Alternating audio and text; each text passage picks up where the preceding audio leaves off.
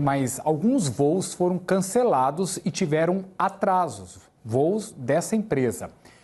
Mas aí nasce uma pergunta: quais são os direitos dos passageiros? Porque a gente tem um cenário um tanto que diferente de uma empresa que está envolvida num acidente gravíssimo que resultou na morte de 62 pessoas. Vamos com a Ana Zampieri aqui ao vivo para trazer detalhes para a gente. Além, né, do voo da empresa, outras empresas podem até cancelar voos, né? E aí, o que a gente faz? Como que fica o passageiro, Ana? Bom dia mais uma vez, Frigo, Emanuel, você que nos acompanha. Olha, direito do consumidor sempre levanta algumas dúvidas, né?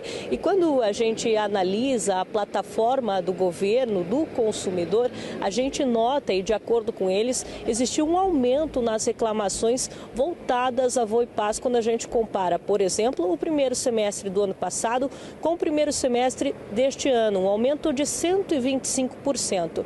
Já quando é analisado mês a mês, isso fica ainda mais complicado. Somente em abril o aumento foi de 420%. Foram 10 reclamações em abril do ano passado e 52 reclamações em abril deste ano. A segunda empresa de aviação que mais recebeu essas reclamações de diferentes tipos e natureza, né? Ficando atrás apenas da Azul. A gente acompanha na tela, inclusive agora, um pouco mais detalhado dessas reclamações, né? Então, por exemplo, cancelamento de voo. No ano passado foram 23 reclamações, o que sobe para 50 neste ano. Atraso de voo, uma mudança de 18 para 30. Extravio, alguma avaria de bagagem, foram 10 no ano passado e 27 nesse ano, nesse primeiro semestre. Já a dificuldade, atraso de devolução de valores de passagem, reembolso ou a retenção desses valores mesmo, de 17 para 53. Com isso, a gente conclui que todos esses números, essas reclamações, de fato tiveram um aumento, né? Quando a gente compara esse primeiro semestre de 2023 com 2024. E aí, uma das dúvidas que mais acontece é justamente quando tem o cancelamento desse voo ou atraso. O que pode ser feito? A gente conversou com um advogado especialista no direito do consumidor e ele falou um pouco sobre esse assunto. Vamos acompanhar. O transporte em outra forma, por exemplo, por ônibus, por exemplo, ou reembolso total da quantia que foi paga. E esse valor em até 7 dias. Porque aqui o que é levado em consideração é o embarque.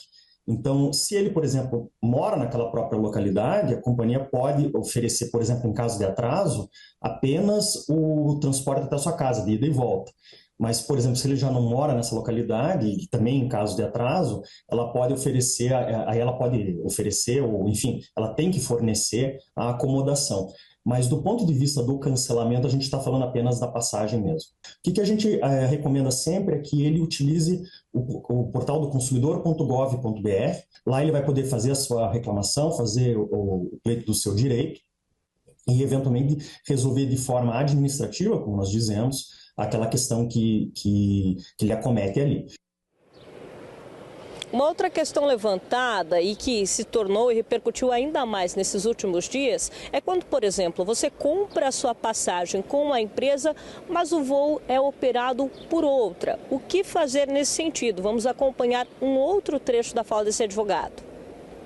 É uma responsabilidade chamada solidária, né? Então, o que acontece é que as companhias elas se organizam do ponto de vista da sua atividade empresarial para fornecer uma maior gama de alternativas ao passageiro e, claro, com isso elas também assumem o risco disso.